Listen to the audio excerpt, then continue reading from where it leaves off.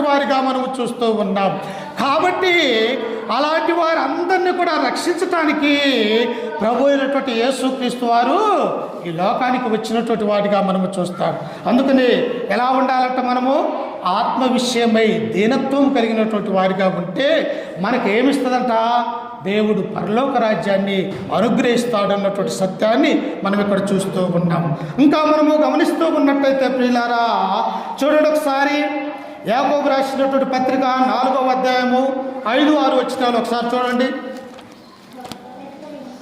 యాకోబు రాసినటువంటి పత్రిక